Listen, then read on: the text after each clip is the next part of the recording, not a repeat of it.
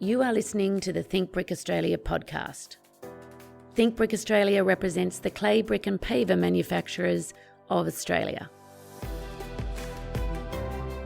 Brick by brick, our podcast will discuss technical information and architectural case studies with special guests. I'm your host, Elizabeth McIntyre, the CEO of Think Brick Australia. On today's podcast, it's my absolute delight, and I'm really looking forward to delving into not only bricks, a little bit of roof tiles, but also some beautiful history of an extremely well-known Brisbane architecture firm. Please welcome to the podcast, Mark Trotter from Fulton Trotter Architects. Hi. You've sort of got a very interesting past, and probably out of all the architects that I've interviewed, you've got this very, very strong lineage about architecture in your family. Could you just start by giving us a little bit of idea of what your childhood was like growing up? Okay. Well, my father is the trotter in Fulton Trotter. My brother and I are both directors here and would probably like it to be us, but in actual fact, it's my father, Steve. And we grew up in an architectural family, 4 boys and a girl, and 2 of us turned out to be architects. But I don't think that was automatic, but we did. But as most children of architects know, every holiday requires a visit to a site somewhere. And so there's always the side trip to somewhere, no matter where you are. And that was certainly the case with us, and it's certainly my children's experience of being a child of an architect as well. And what did some of those sites look like? Were they here? Yeah, well, the one that we've quoted recently is the Chanel Theatre, which was under some danger of being demolished, and I believe now is being retained. But while that was happening, I did recall that my brother and I were the first performers on the stage of the Chanel Theatre. It was only half built and the floor was only just going down on the stage itself. But Dad suggested that we get up and do a performance because we'd be the first ones on this stage, which has now existed for 50 years, so it's kind of nice. Beautiful. But other ones, we would visit, Currumbin Bird Sanctuary, I remember. We'd go up into the bush. Dad did work in Nanango and Kingaroy and places like that. And just generally, our work tends to be spread through Queensland. So whenever you go on holiday somewhere, there's Rockhamptons right through the west of Queensland. So it was quite nice. And that's carried on. I mean, that relationship with the bush and with the regions has carried on, I think, because of that, probably that inculcation since birth. So when did you know, I mean, you said it wasn't automatic, but when did you realise, through senior school, or when did you make the decision? Late. Really? Really late. Like, I think maybe 6 months before finishing school or something. Wow. I really didn't know. I loved building model aircraft. Okay. And I had visions of being an aeronautical engineer. And I don't know when that disappeared, but it got replaced by architecture. And I think in the end I put down with 6 preferences, I put the top 3 were architecture, the 3 courses that were then available, chemistry, and then 2 blanks. Okay. So I think I knew what I wanted to do, but it was relatively late. Yeah, and when you went to university, where did you study? At QIT, now QUT. Okay, no, QUT. In the part-time course. It was a 6-year part-time course and a 3 part-time that you could do, as did most of the people within our practice at the time.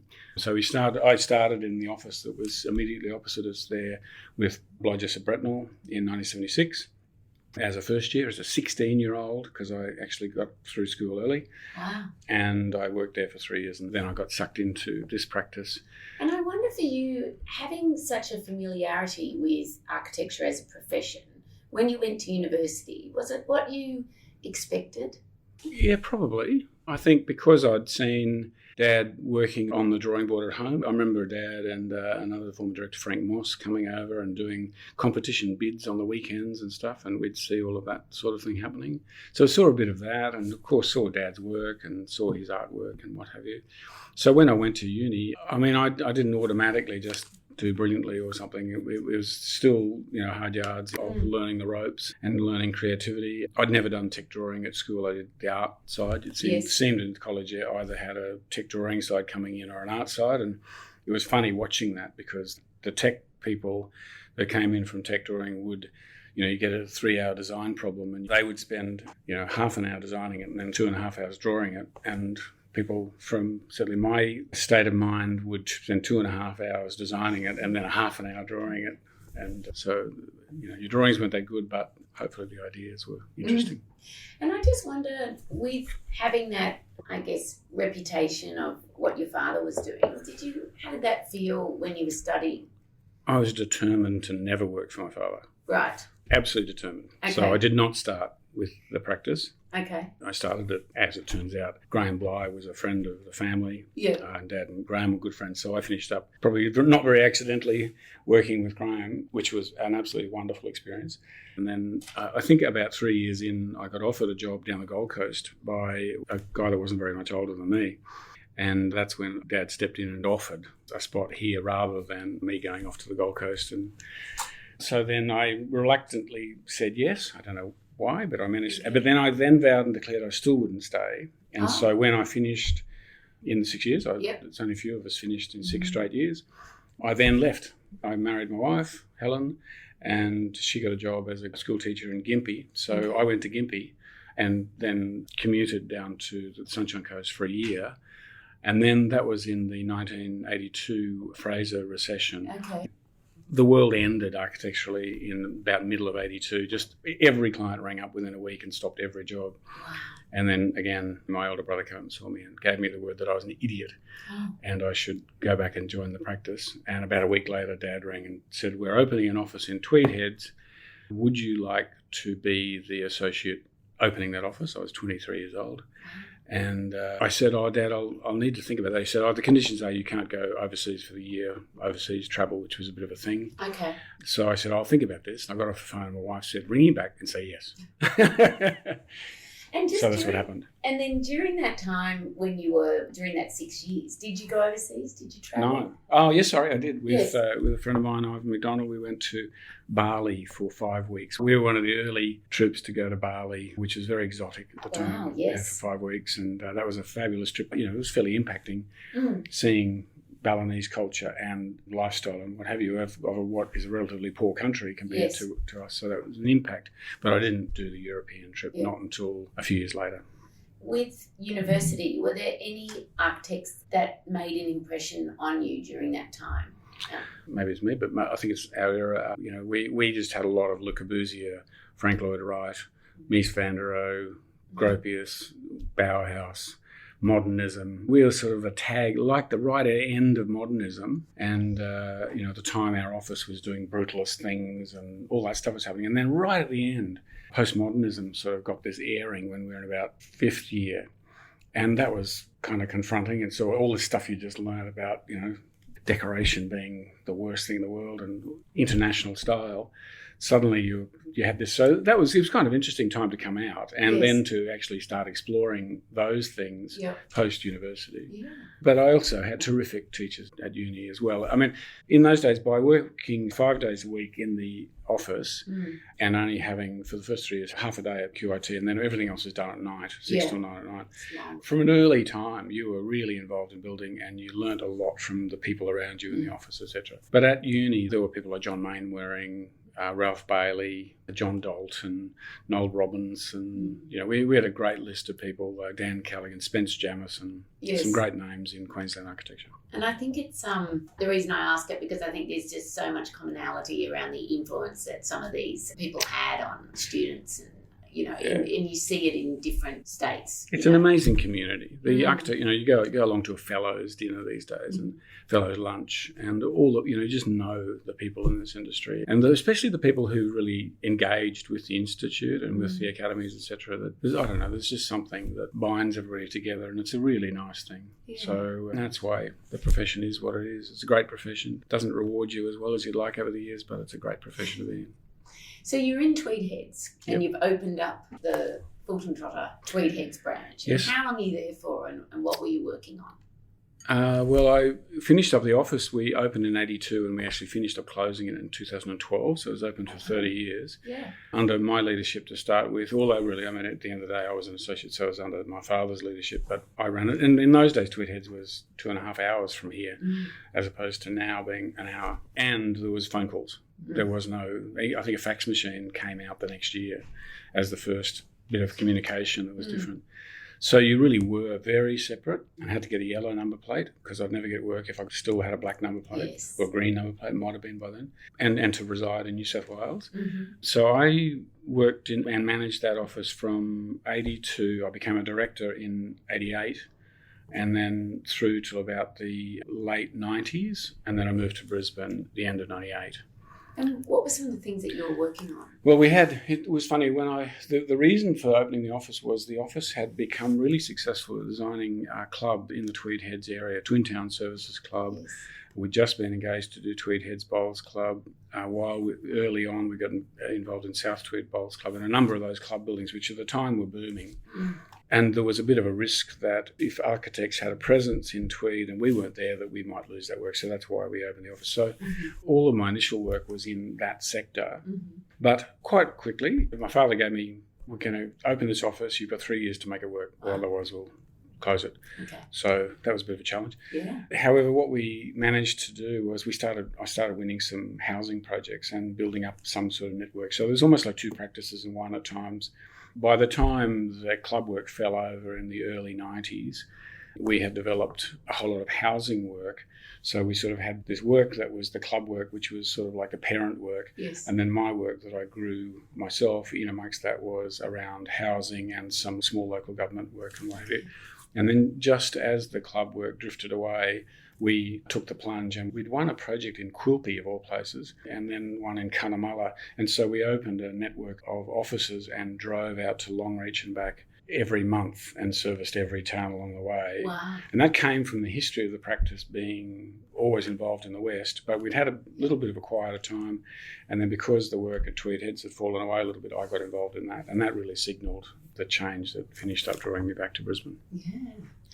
So you're back now in Brisbane, and maybe we could just touch on, we were talking before the podcast around some of the master plans that you've been involved in, and maybe take us through, because I mean a lot of them use brick, but maybe take us through. Yeah, so we had the work in Western Queensland happening, but then we were engaged to do, out of the Long Tweed Heads connection, in the late 90s we were engaged to do some work at Mount St Patrick's College at Moolumbar. Mm-hmm. And that was a very complicated site with an old church and an old convent that was 100 years old, timber convent, a brick church, and then a mishmash of other bits and pieces of buildings. And we were engaged to do a major project of redeveloping this college, and we did that. And that actually involved buildings that then mixed brickwork from the church, timber work. You know, the material language we used sort of tried to pull all of the bits and pieces of the puzzle together in a building format. And that worked really well. It was beautiful. It just had a good mix of materials and a good mix of forms and spatial interest and pedagogical things. Outcome of that was that a whole lot of people from Sydney came up to see it. The border was a border, so nobody from Queensland knew about it. And so we then decided we'd try to pursue, given the success of that project, some projects in Sydney. We actually went down to Sydney to see if we could win some health work, which we'd been winning here. And anyway, we won a whole lot of schools, to master plan schools in the north of Sydney and the west of Sydney. And of course, Sydney has a rich heritage in using brickwork and masonry, what have you, as well. So that's sort of the materials of that tied in due course.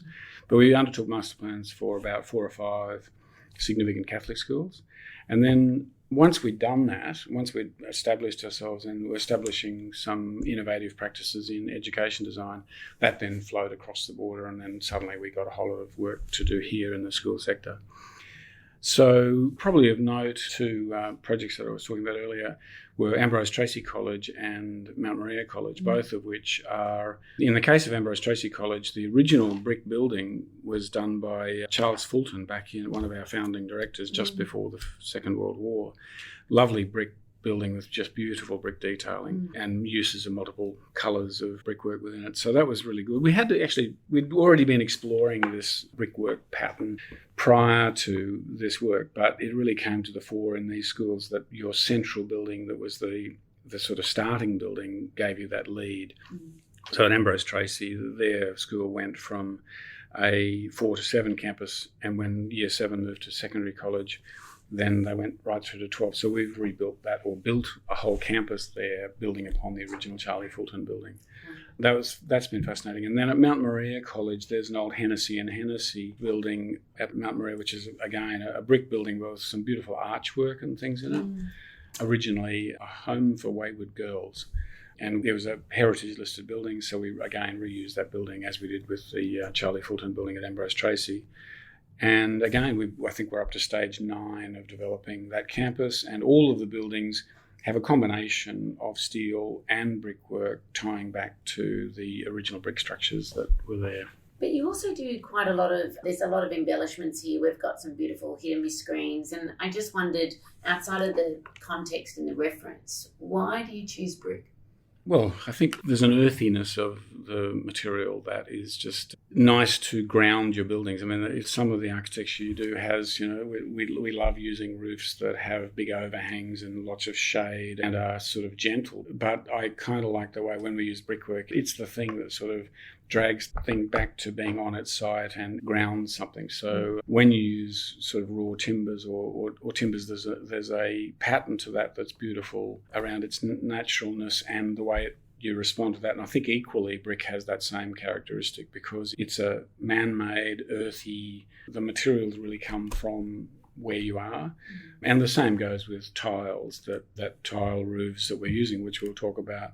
Yes. Just have this earthiness about them. They're not metal, they're not, they're mined in the sense of that intensive mining type thing, not heavily processed to achieve the outcome. And they just last, they're just timeless, really, when you get down to it. And that's one of the reasons that I'm really keen to explore more use of brickwork and more use of tiles in our work, because it is timeless. And I'm older now, and I can see the value of timelessness. And if I look back at the history of the practice, I mean, there are times, the practice went through the early Charlie Fulton work, celebrated brickwork, and there's brick and masonry hospitals right through Western Queensland, some of the buildings that I was talking about visiting. And then there's my father's early work. They used a lot of asbestos cement sheeting roofs and stuff. But then in the 60s, Dad certainly had a period of doing pyramidal tile roof buildings, which were just beautiful and had some sort of oriental influence. It feels a bit Japanese, but they also were very Queensland, and they had a lovely feel about them. So I think there's so many possibilities in these traditional materials. So Mark, you're the first person that's actually bought, we've got roof tiles, we've actually got the product that you bought to this podcast, and congratulations on winning the Robin Dodds Roof Tile Excellence Award. And I really feel it's really special because obviously Robin Dodds had his reputation here in Queensland. Yeah. So it wasn't the reason you won, but... No, but and I didn't know, I know of Robin Dodds' work, yes, but I didn't know of the tile component of that until the award, actually. Yes. But now that I know that, I've looked and gone, oh, wow. So maybe talk to us a little bit about, again, this is another school at San Damiano College, and it's a massive roof that's tiled. Yeah. And I think what we, as an industry, we see there's a lot of reasons why people don't design in these really big roofs or they're re-roofing a tiled roof. So maybe if you could just talk a bit about the design and why tiles. Well, for a start, our commission was to firstly to do a master plan for a brand new school in Yarrabilba, which is a brand new suburb. It's a bit like Canberra just dropped into the landscape. And so it's a very modern, roundabout, big roads type place. And then there's a whole stack of new housing that is largely, because it's all built now, it's all grey, white, black, slightly less than grey, and then grey.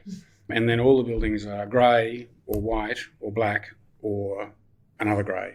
And all of the streets are these sort of winding, beautifully landscaped streets, but nevertheless Canberra-esque planning, I would say. And so in designing the school, and Yarrabilba is a new suburb with inexpensive housing and is a long way from Brisbane public transport. So it has some social issues and some difficulties of that cohort all being together in these relatively similar sort of architectural patterns. And there's a new secondary school just across the road that is in what I would say now is the sort of normal style of school architecture. Skillion roofs at 15 degrees and steel roofs, colour bond, etc. And we were really looking to try to differentiate the school from that environment. We're trying to provide an oasis for young people to come to that has a different character to the state school, a different persona, and a persona that is very much about caring and love and the sense of place in this that is like a family. And some of the thinking out of the church as we started. So the Pope's encyclical around environmentalism, Okay. Laudato Si, and then there was also the desire of the client around Franciscan values and things. So all of this kind of came together in designing a school that had its planning a little bit like old town Italian village planning, Right. where the church was at the centre of the site. There was radial lines out from the church out into the suburbs that you could see from the church deep into the suburbs down these side streets, or you could see from the side streets deep into the side to the church. And then surrounding that church around a piazza are all of the major cultural buildings, Yes. and then a layer outside of that are all of the sort of utilitarian buildings of science labs and manual art spaces and all those sorts of things. But in the middle are, the Performing Arts Centre, the library, Right. the food centre and the administrative centre. And so the way that we planned it was that those central buildings and the planning all related to this sort of European hillside town type thing. We wanted to use earthy materials and brick and tile as the products for that, to contrast with the surrounding suburb and even within our own site as we get deeper into the site, to have these buildings more and more special and feel more and more like they've always been there, which is kind of ironic given the new suburb. But it's that whole emotion of, well, the church has always been there.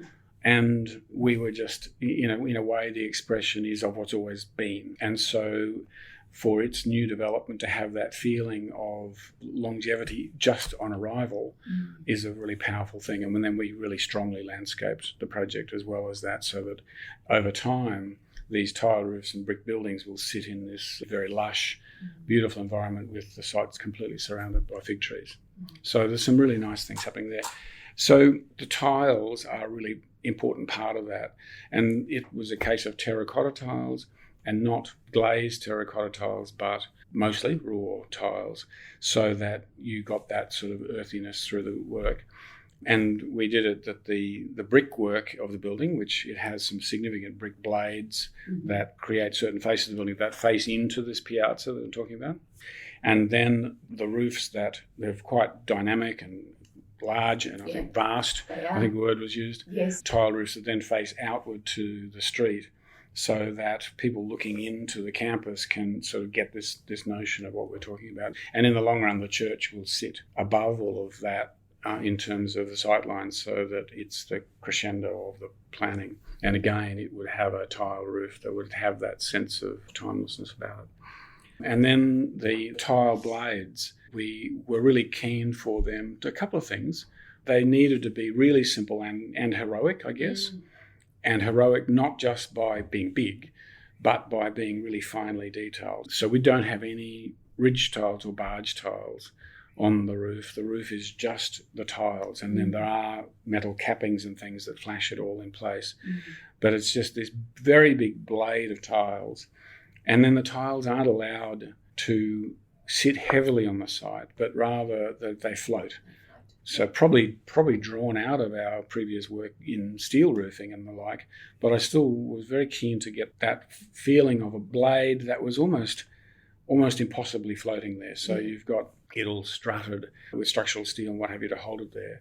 No barges, no ridge capping, and just one simple gutter. And then there's two of these roofs, and they sort of relate to another. In fact, they're related in such a way that the idea is you look between them to the future church.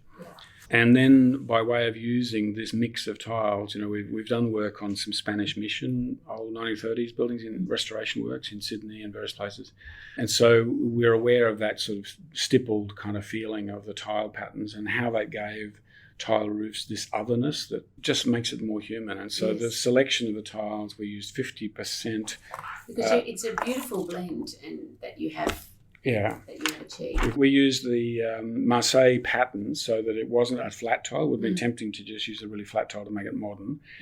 But we used the Marseille pattern, not the really, really rounded one. I can't remember the name of that. But we used a tile that does have some ups and downs in it. And then we used 50% of the Jaspi Roja, 30% of Roja, and 20% of burnt orange. And that mix of predominantly a sort of orangey tile, but one of them with this kind of splatters dark pattern over it, and then one of the tiles being the darker tile, you just get this really amazing pre-aged kind of feel about it. And just when the tilers were tiling, was that easy for them to follow and easy for them to blend? Yeah, there wasn't. Yep. It was funny. The project went through 2020, so it was a COVID baby. So it had lots of drama in actually getting through time and what have you. But there was a fair bit of time spending around the perimeter of the tiling just to get that starting position right. But the tiles, I think, went on in 2 days. Wow. It was super fast, and there was no issue. I don't know whether the tiler just was a genius or not, but the mix of tiles didn't seem to be a problem at all. They probably have used some sort of pattern, because I notice when you come to the building, you do, so you can look up some funny diagonals, and they're not funny in a bad way, they're kind of interesting. When you get that tile pattern, the other thing I was going to mention was that the nice thing about tiles, again, bricks, is that you can hold them in your hand. They're a human-sized thing. But when you look at the tile and you see the patterns of the tiles, there's just some really interesting things that happen visually, which you never see in a drawing, you never see in a file, you never see in a photo. You got to be there. I was actually going to ask you whether there was anything during this project that sort of surprised you, but would that be it? That just sort of the outcome? It's a beautiful roof. It just makes me really proud, because, in any other material, it would have had the same basic form. And I've done a lot of work in steel roofs that do that. But being tiles and having this patina and colour and a mix of a little bit of shiny and a little bit of rough, it's been there forever, and yet it's there. And it's beautiful, and I really want to do more of that. But I've just got to figure out, there's other things we can do as well, but it's good.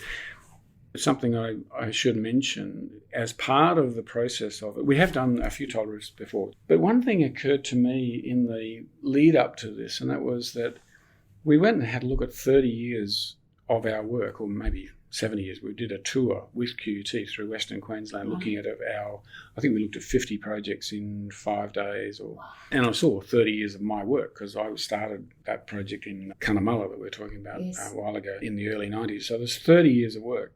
I'm very happy with the work. It's all being used and all loved, etc. But the one thing that I was disappointed was the steel roofs, and that the colouring on those steel roofs is struggling. And they're only 30 years old. And when you're 30, you think 30 years is a long time. When you're 60, you suddenly go, hey, I want them to last 100. Or 200. And so the idea of these tile roofs at this school as the centrepiece, I know we can't afford to use tiles everywhere.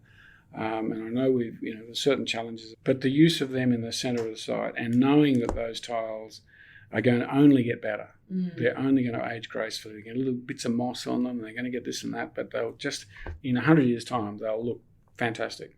And I think I didn't want to miss that, because that's probably one of the biggest components in that tile roofs mean that you can't do as lower pitch. There's certain limitations of that, and there's certain scales of it, which we probably tested with this project. But I think that it's a material that has so many more possibilities. You can actually curve it. You can do. There's a bunch of things you can do, which we haven't done yet, but we will do. You've done an amazing job articulating that and bringing the beauty to life. I do want to talk about a few other projects that you have. I would love for you to share what we were discussing before. You obviously work very closely with QUT now, adjunct professor, and maybe you could just tell our listeners a little bit about some of the things that you're working on. Right. Well, I think this is a fairly late in career area, but we've become much more involved. We've always had an involvement with QUT School of Architecture, because in fact the school is named after Charles Fulton, our founder, who founded the course. But we've become a lot closer to QUT in recent years, largely through my brother's work in taking on more lecturing roles down there, and I followed him a little bit into doing that. But as well as that, we undertook a formal research of the history of our practice. So about 2016-17, QUT did a formal study of the history of our practice, and both architecturally and from a management perspective. That was really interesting, and the outcome of that was that we got a full sort of third-party review of who we were, for not only us to see, but for the world to see, I guess, and to look at the history of our work from 1937 to now. Having done that, and the outcome of that was that tour around Queensland, where we went and actually reviewed this work, this body of 70 years work or 80 years work. But as a consequence of that, the QUT were present in our office for a number of months, going through our files and going through our records of drawings and what have you. And And in amongst that, we floated ideas about further research. And one of those ideas was a thing we now call grand schools, which is the combination of senior living and secondary education in the same buildings, on the same sites, with the same equipment, and with the same people there, trying to get collaboration more between those two generations and probably the middle generation between them, as well as making much better use of the land assets of schools and the equipment assets of schools, which are generally used from 9 till 3, 40 weeks a year. So we put forward an application to the National Health and Medical Research Council for about $1 million grant, including 4 PhDs on the subject, ranging from physiotherapy through to architecture, and a bunch of researchers out of QUT and Australian Catholic University, ACU, and now including Deakin and University of Western Sydney. And we were successful, amazingly successful. And this is researched for the National Health and Medical Research Council, led by an architectural idea. And I really like that, because that's not what normally happens. No. And that we're going through that study now. It's been fascinating to be involved in research and to see how the research world works, how academics think, and how practitioners like me can relate to academics, and how we can find this middle ground, which can be very exciting. And so we're now a couple of years into it, and we've already got a number of clients looking at doing pilot projects for grand schools where we would actually combine secondary schooling buildings and facilities with seniors actively involved in those buildings with the young people, which I think is just super exciting. Given recent TV shows, there's a genuine interest across the world in this subject. There's big movements in the UK and the US around it. It's a very exciting area. In fact, it's a building type that doesn't exist at the moment. If you think of schools, you think of a certain sort of building. If you think of senior living buildings, you think of a certain sort of building. For our project to be successful, it can look like neither of those two things. And these products that we're talking about are part of that. The outcome of that will be buildings that have an earthiness, solidness, and comfort for both of those groups of people to collaborate in. That will be exciting. Mark, it's so exciting, and I think it's so impactful about society and behaviour, what this is doing, and that as an architect, you're also really the centre stage of the collaboration of this. It's a super exciting thing to do, because it's an architectural idea in a way, but in another way it's not. It's where architecture and social change can meet. Absolutely. And that's super exciting. And I know that you're obviously with what you do with QUT and lecturing. How have you seen the profession? I guess there's two parts to my next question. How have you seen things change over the years in the profession? And what sort of advice or commentary do you have on those architects that are nearing the end of their studies and about to go out? It's exciting time to come out. There's lots of exciting things to be done. Technology has we watch people in our own office designing buildings now in ways that we could never dream of when we were that age.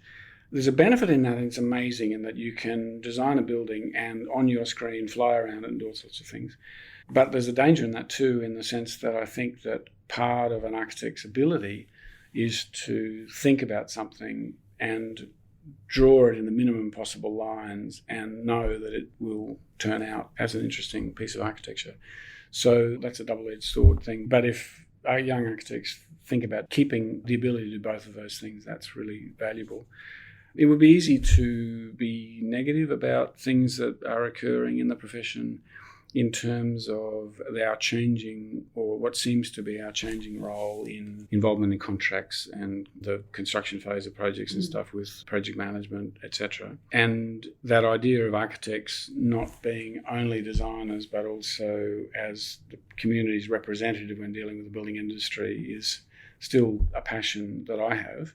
But it seems to be an area that the profession is struggling to maintain connection to, which I think could be a problem, or is a problem, not necessarily just for architects, but for the community. So I could talk about that for an hour as well, because of its importance to me. But I think I wouldn't dwell on that in the sense that the passion for design and the potentials for design and new challenges around sustainability and human interactions and politics and all sorts of stuff that's happening now means that architecture is always rich with possibilities and rich with opportunities for young people to grab hold of an issue architecturally, or grab hold of not even necessary architecture, as we've talked about with the grand schools idea, the social change idea as well. But to take hold of that and to run with it. I think to succeed in architecture, you have to have a genuine passion about it and about a piece of it. Mm-hmm. And when you have that passion and let that come through your work, then you'll do good things, you'll be interesting, you'll win work, which is half the battle, and you'll be fine. But have the passion. Thank you, Mark. I really feel privileged that you've given up your time this morning, and I've thoroughly enjoyed this conversation, and I know our listeners will enjoy it too. We do have a rapid round questions. Okay. And all answers are acceptable. Reading the news, a newspaper or online? Ooh, online. Handwriting or typing? Handwriting. In fact, not writing, lettering. For sketching ideas and concepts, would you use a pencil, pen or an e-pen? A 6B pencil and butter paper, and nothing else shall get in my way. Do you like to read books or listen to audiobooks? Probably read books. What's important to you, style or substance? Substance. Coffee or tea? Both. TV shows or movies? Movies. Antique or modern? Both. Call or text? Text, and it shouldn't be. Travel back in time or into the future? Future. Exterior or interior? Both. Video games or board games? Board games. Form or function? Function. Complex or simple with relation to design? Both, but not together. Mark, firstly, congratulations on your win for the Robin Dodds Roof Tile Excellence Award. Thank you. And also thank you for illuminating and embellishing what you can do with bricks and roof tiles in such a beautiful way through your design. Thank you. I look forward to keeping on experimenting with it. Should be fun.